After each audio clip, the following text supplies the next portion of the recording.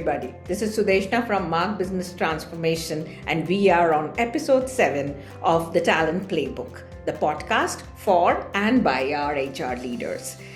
Today we have with us an HR leader with an extensive experience across not only geographies but industries, as well as his priorities, which has been in HR, right from talent acquisition to creation of value through transformation. Currently, the heading portfolio value creation of talent and human capital at Warburg Pincus in India. Please welcome Sumek Gopal. Thanks, Sudeshna. Hello, Sumek.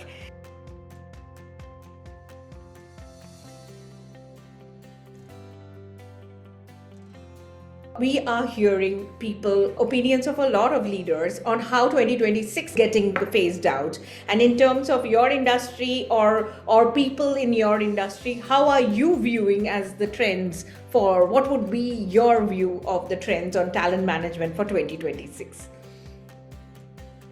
Great. Thanks, Sudeshna. Thank you for that question. As I respond, when you say your industry, I'll probably keep it more generic given that we have sure. investments in multiple sectors. So it's a cross-industry view, Yes. but I will, of course, apply the lens with which we look at value creation, right? So you, I think, called out rightly. I think there is hype about talent management for sure and learning. Mm-hmm. If you remove the hype, right, I think there are 3 real shifts that you will notice that are happening. I would say the shifts are around speed, how fast are people becoming capable, productivity, which is application of the learning, and retention, which is is it leading to people retaining that knowledge within the organization, but also your employees staying with the organization. That's the only way you can increase the learning of the organization. So I think firstly, let's focus on learning is moving away from content to performance, right? I don't think there is a knowledge problem. There's enough and more knowledge that's available to people today. Mm-hmm. The problem is of application today. So if you see, million plus engineers that graduate in our country, how many of them are deployable from the word go? The answer to that, and your guess is as good as mine, right? So I think the application becomes very important. The trend that I see developing is learning in the flow of work, right? So what can be done, be it bite-sized guidance, AI-enabled support, simulations, coaching, whenever the person needs it. And the best way that this can be co-created in their work environment. I would say that, and it'll sound a little fancy, but the L&D teams need to start moving away from course creators to performance designers or engineers, right? Because if they don't have a lens on what's going to be what's going to be most important for performance of the organization, that will become irrelevant in terms of the work that they do, right? Right. The second big shift which I see is skills in an organization are going to become operating system, if you will. And not necessarily the taxonomy that we've grown up with, right? So I think, yes. The career lattices and skills taxonomy and proficiency levels and all of those things, I don't think anybody has time for that anymore, right? I mean, by 2026, which is this year and even beyond, I would say the useful version would be a dynamic skill graph, right? Connected to roles, projects, productivity metrics, internal mobility, all of those things. Experiences that create the impact and experiences that help deliver value, right? Right. And that will not only stick to learning, will also create an impact in talent management, right? Because talent management so far has been about, high potential and, a high performer moving there, preserving that high potential pool. But I think the shift that I see is organizations that get better at deploying talent to the problems that are there at the hand, mm-hmm. Or the highest value work, which needs, think of it as hot jobs, hot talent. Value streams right, absolutely, yeah. Especially during transformations, right? I mean, see, in our context in private equity, the only non-renewable resource is time, right? We can't get more time, and hence we need right capability, the right seats fast. right? So that's the second trend that I see. The third is shifting from jobs to work, right? So project-based staffing, gig working is going to be something which will continue to evolve. And mind you, I don't think it's a new trend. Many organizations have been doing it for a while, right? At the internal marketplace, Yes. I think tech organizations are really good at it. I mean, they kind of create a pull towards, somebody who wants to learn more and then, deploy them. But move people through mission critical projects, build capability through real assignments, and retain top performers through growth and visibility. These are time tested things. I don't think it's going to change. It'll just probably find a new momentum, right? So I would say learning needs to get embedded, measurable skills, and talent that gets deployed as strategic asset, right? Those are the few things which I would say are becoming more and more practical. Clearly, I mean, any organization that is able to execute these, will be, probably differentiator, right? So as you take your growth decisions, your investment decisions, you also need to take your staffing and talent decisions alongside. Along with that.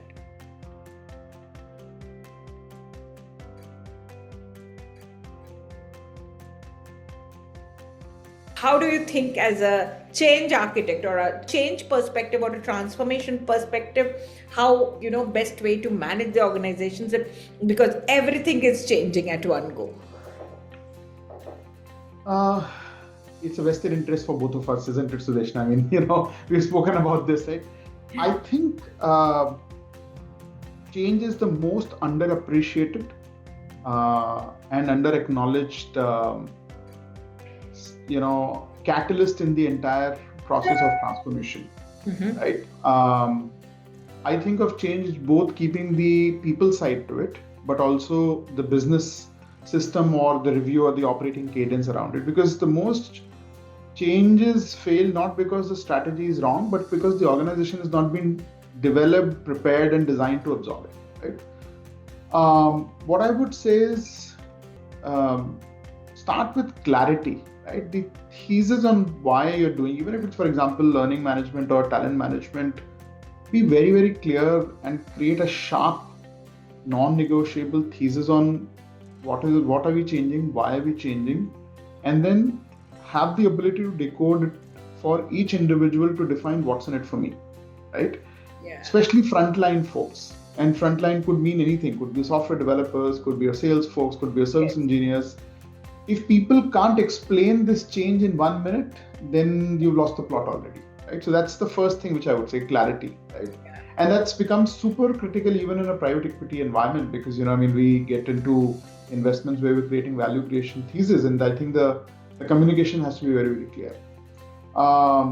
Second is coalition, right?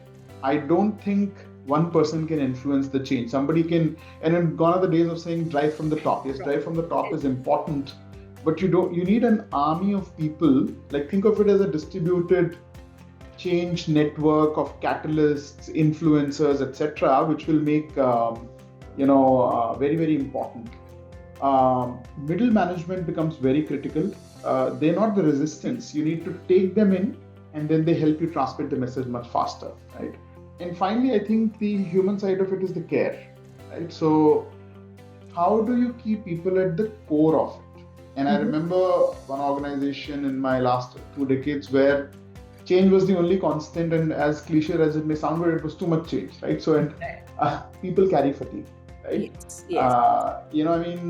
I think there is both fatigue and the grief. Fatigue is to say, why are we changing? Grief is, my old way is going away. So you're making me go through something which I was so comfortable doing, right? We need to be sensitive to these things, have pulse checks, have skip levels, prepare your leaders, your managers as much as you can by giving them toolkits, FAQs, all of those things. Reduce uncertainty, increase ownership are the most important elements of a change. So anything that you're doing around any change or talent management and learning, I would go ahead with these few elements.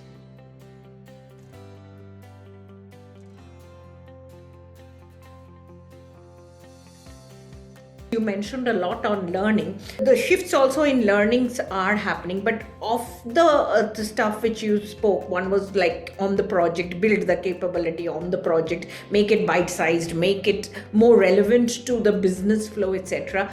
In all this, do you foresee any particular challenge for our HR leaders, or a must-do they must be having from that angle? If I say from the changing the learning framework to making it embedded than a standalone, it's these things are actually embedding it, right? So I think the fundamental shift, and you will see this in, I would call them as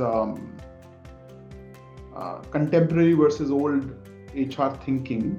The contemporary HR leaders have already done away with hours consumed in learning, right?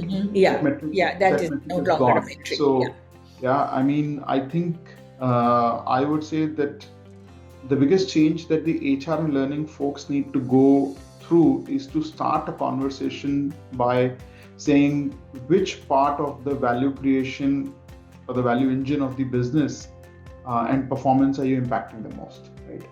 Which will, as you know, Sudeshna, require you to understand the business in detail. Yes. If you don't do that, right, you can't just be custodian of people and culture without understanding the business. And I know none of this is rocket science, none of this is new. This has been time tested, but perhaps you would find business HR folks being more, amenable to the business conversation. Learning still tends to think I'm COE, I need to develop programs, but unless you can connect the two, it would not going to happen, right? So you need to stop measuring learning by hours, but by performance impact.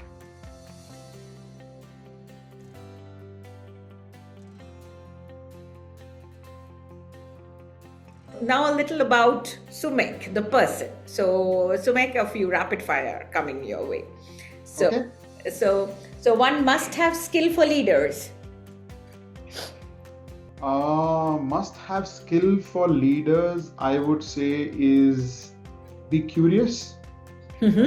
Approach everything with commonsensical approach to be able to decode the context and the content of the problem, right? Because the world around us is constantly changing, and if you're not curious, you will become obsolete, right? So if you see Gen AI, if you see any new approach that's coming your way, if you're not curious, you will probably, like I said, you'll become obsolete. So ability to see patterns fast and adapt to them would be very, very important. Yeah. So then one best practice likely to become obsolete.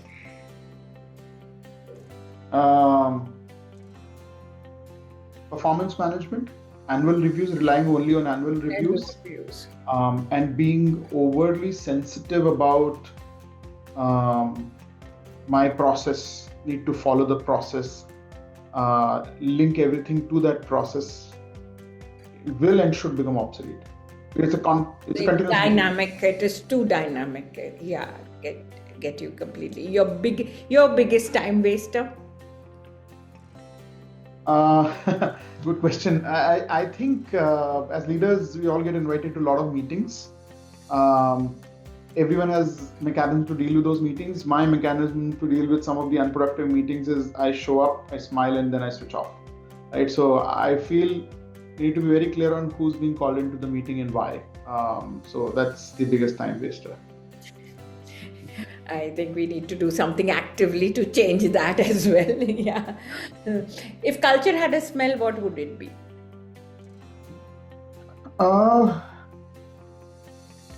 It can work at either end of the spectrum, right? So I mean, it could be fresh, and I'm a coffee lover, so fresh like a coffee, if you will, which is energizing, inviting. You can see vibrancy in the culture, which tells you that there is energy in this place, right? Or it could be stale. I mean, you go into a place and you feel that it's stuffy. People don't want to talk. Everything is just lingering on. There is delay in the way work is happening, right? So, like I said, it could be stuffy to coffee, right? Either way it will work, right? Like you are making it very visual for me. Now I know which organization I'll walk in and I'll get that smell now and not see things. Yeah, like a book you are currently reading, or we want to talk about a book you are reading. Yeah. Yeah, I mean, I don't read too much of the HR books, but I have this one here, and I mean, I'm traveling today, so I was carrying it. I'm reading this book called Butter, Okay. which is by a Japanese author called Asako Yuzuki. It is a translated version. I'm on around 50 pages now, and out of the 50 pages, the 30 pages have been on different kind of butter and food.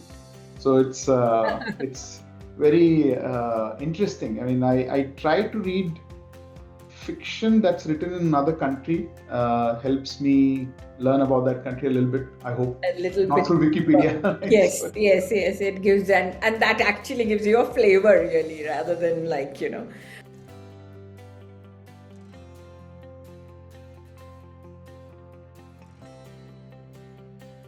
How would you like to round this up with your advice to your fellow HR leaders?